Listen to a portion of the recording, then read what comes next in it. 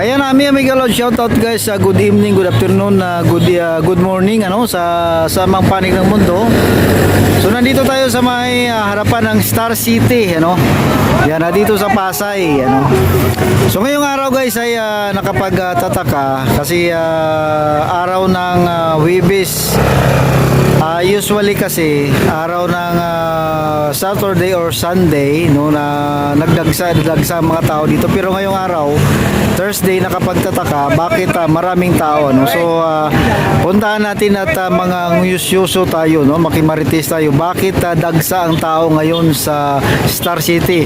Ang inisip ko baka free ang ticket, so baka makalibre tayo, So yan, tara guys, samahan nyo ko makimarites tayo dito.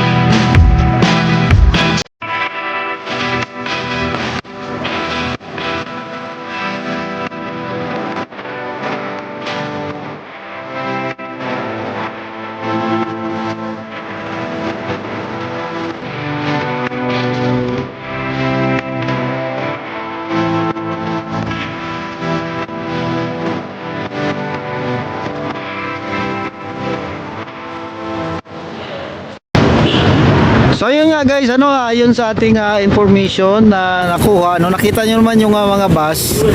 Ito pala ay excursion ng mga estudyante ng Perpetual Health ng Academy sa Rizal at saka Bulacan.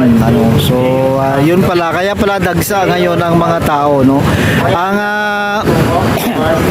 nakapagtataka kasi minsan ang dagsa lang ng tao dito Sabado, Linggo. Pero nagtaka ako bakit maraming tao. So nangoy suso tayo. Yan po ang ating latest update dito sa may Star City sa Pasay, no, na dinagsa ng mga excursionista, no, galing sa Rizal and Bulacan, So yan lamang po guys, mag-ingat po tayo at mabuhay po tayong lahat. So sa hindi pa nakapasok dito sa Star City, mapasok na at mag-enjoy, no, ang inyong mga pamilya. Salamat guys at mag-ingat po tayo at mabuhay po tayong lahat. Salamat guys. Kaya po nag-uwian na guys ang mga bus ng itong nag-excursion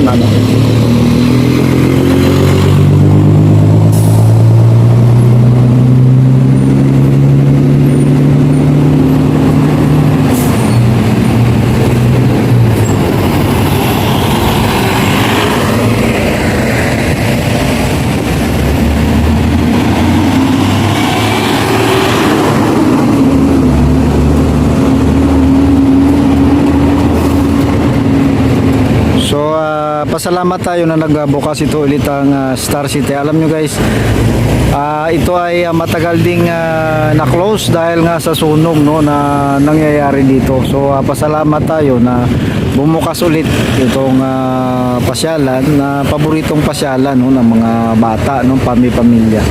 Yan ang mga nag-excursion guys ay umuwi na, no, at I'm sure, no, na-enjoy sila lahat sa pamamasyal dito sa Star City. Yan naman po guys. Salamat po.